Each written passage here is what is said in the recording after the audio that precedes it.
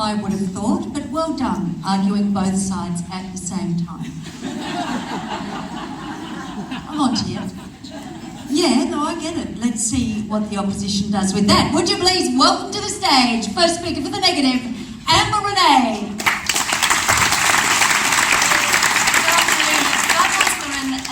Madam Chairperson, and what a glorious day it is to wax lyrical on the topic, men and women equal at last. We, the negative team, would like to disrupt this topic because, like so many of you, we believe that men and women are not equal. However, we actually believe that women are far superior to men. And as such, we are definitely not the negative team, so moving forward, we would like to be referred to as the disruptive team, if that's okay with you, Madam Chairperson. Thank you. Now, I could stand up here and regale you with all the facts in the world about how women are far superior to men, but judging by the looks of the room, I'm pretty sure you guys already know this. So I'm just going to share with you 3 personal stories that very clearly show that women have, at least for my entire life, been superior. And I encourage you to reflect on your own life story and all the ways that you personally have demonstrated that you are not equal to the males in your life, but you are indeed much better. Now, I do want to preface this by saying I come off looking pretty good in a lot of these stories, but let's remember, ladies, we're comparing me to males. So, I reached out to my mum for help on this topic, and she very rightly reminded me of how this played out amongst my siblings right from the very start. Let me introduce you to my beautiful family. As you can see, there are a lot of dudes. And with the odds stacked far in the favour of the males, you would think that one of the boys would end up being the gifted child, right? So let me show you how it played out. We have Paul, my older brother, who is a maths guru, but couldn't structure a perfect paragraph to save himself. We have Grant, my middle brother, who is a savant with the English language, but struggled with simple arithmetic. And we have Craig, my youngest, who is a talented sports person, but struggled with the academic side. And Hilda, just an FYI, we all played with Lego, me included. Now, we're all absolutely high achievers, but then there was me, who year after year was chosen out of a handful in the state and invited to attend the maths excellence camps and then the English excellence camps as well. And might I add that both of those were largely populated by females.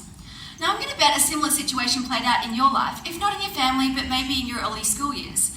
Can I get a show of hands how many women in the room were more gifted and better rounded to their male counterparts at school in the early years? Yep.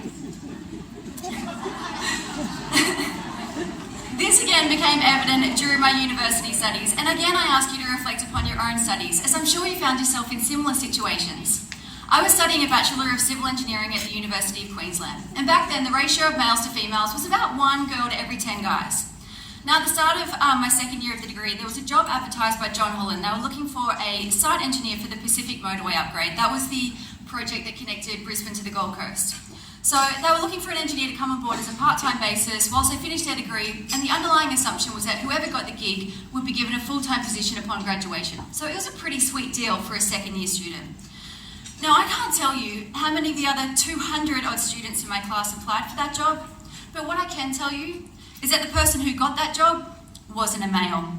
Now, I certainly didn't go to the best school, and I absolutely didn't have the best grades, but here I was scoring the first engineering job, because whoever was doing the hiring that day knew that women were better than men at pretty much everything, including building roads and bridges.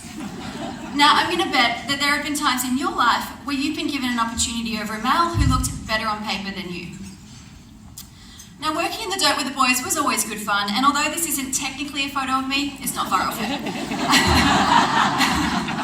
I used to rock a very urban chic vibe on the construction site, and I painted my steel cap boots pink, and my nickname was indeed Pinky. Now, back then, and this is going back quite a few years, the males on the construction site were about as stereotypical as they came. And as it happened, my boss ended up being the worst of the bunch. As a junior engineer, I would come to him for guidance and advice, and his way of dealing with anything that was a little bit stressful, or I suspect when he just didn't know the answer, he would puff out his chest, start beating, and yell profanities till he was red in the face. Apparently asking for help wasn't the done thing back then. Now, I eventually realised the situation was never going to improve, so I started looking outside my team for a mentor. Another personality trait I would argue only a female would do, much like reading the instruction manual or asking for directions. Luckily, one of the project managers in a different team was a female, and she took me under her wing.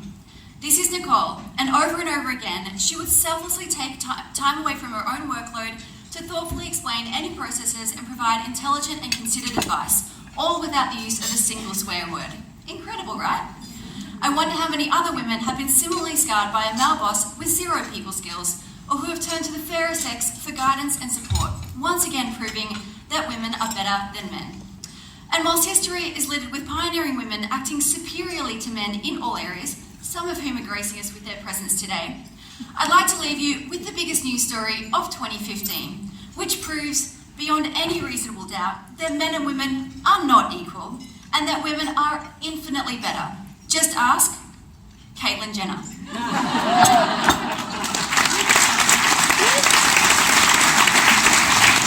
All right, so 2 people. There's the quiet table in the corner. So 10 people. You lost 2 there. Now, I just want to, don't gloat, audience, all right? Now, there'll be no cheering now. No, just quietly put your hand up.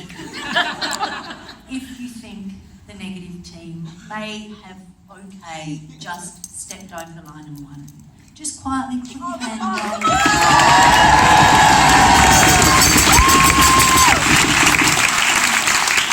All right, it was close. There you go. She's a fiery girl. All right, the negative have won. Thank you to the audience and thank you to all of our speakers. Amber Renee, Professor David Thomas, Rowan Lane, I completely lost talking about my guest. Sorry about that. Should have said you first. Rowan, aunt, the PM.